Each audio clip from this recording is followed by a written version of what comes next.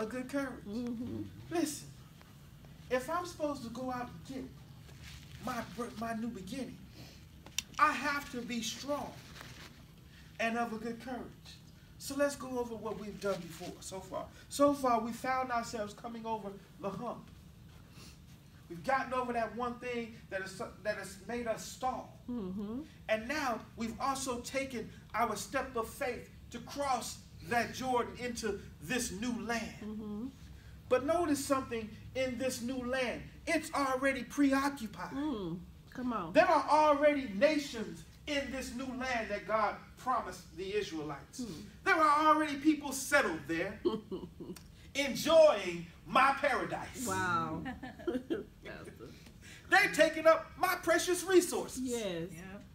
So Israel crosses over the Jordan, and in all actuality, God said this land is for me, but God, there are already people here.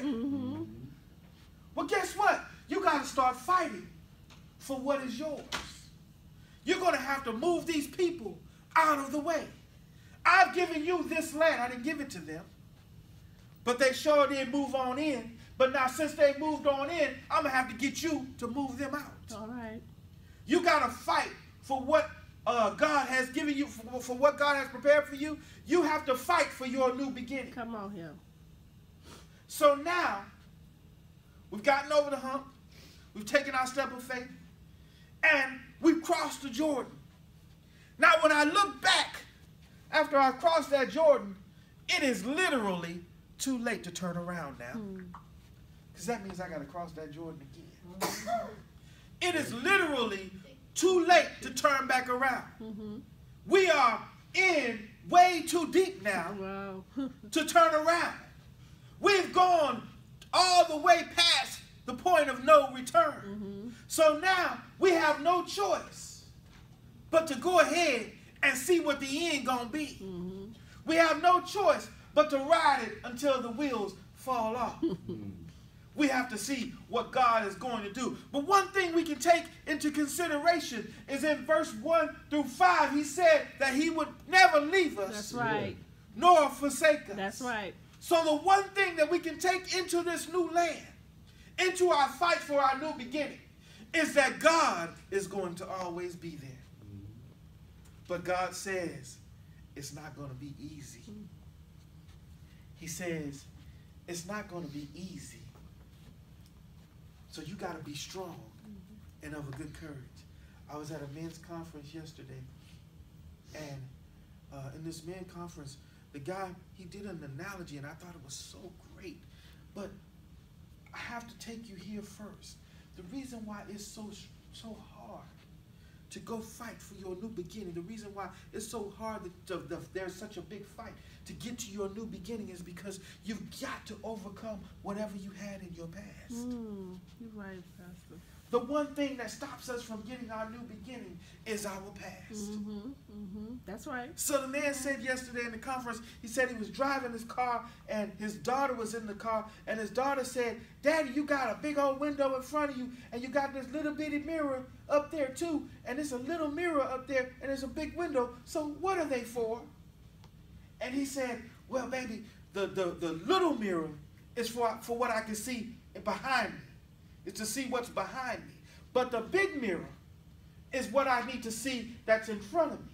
And the things that are in front of me are way more important than the things that are behind me." Essentially, what he's saying is this. All those things that happen, they happen. That's true.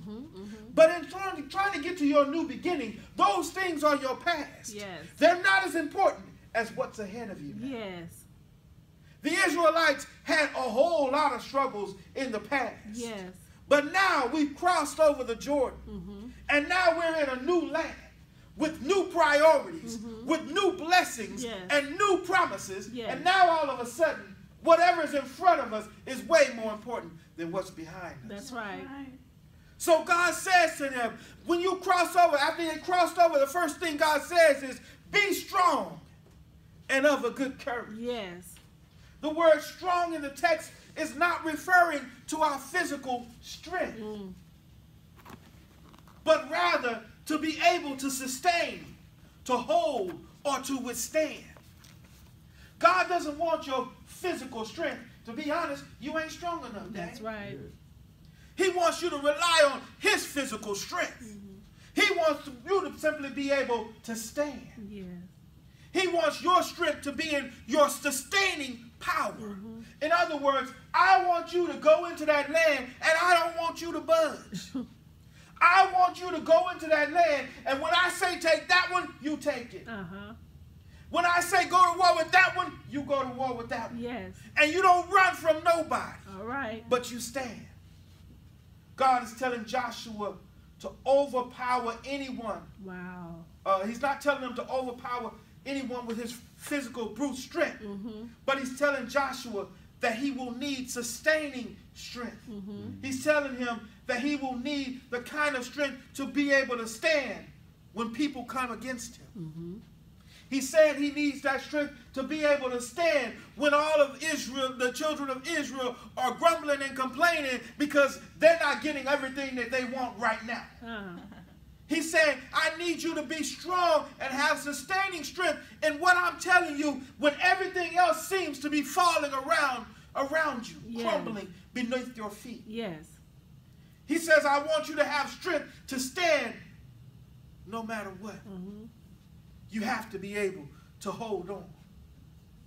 And just as God is telling Joshua this very thing, God says that if you're fighting for your new beginning, you have to have that sustaining strength. Listen, God has promised me this. He's promised me that.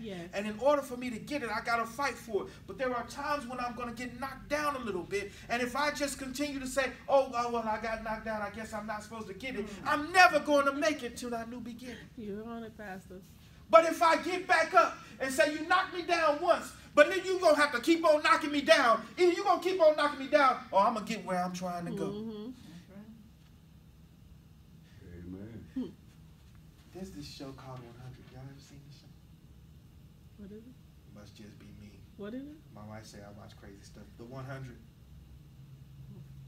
Okay. Thought somebody. Talia, you ain't even helping me. In the show, they're running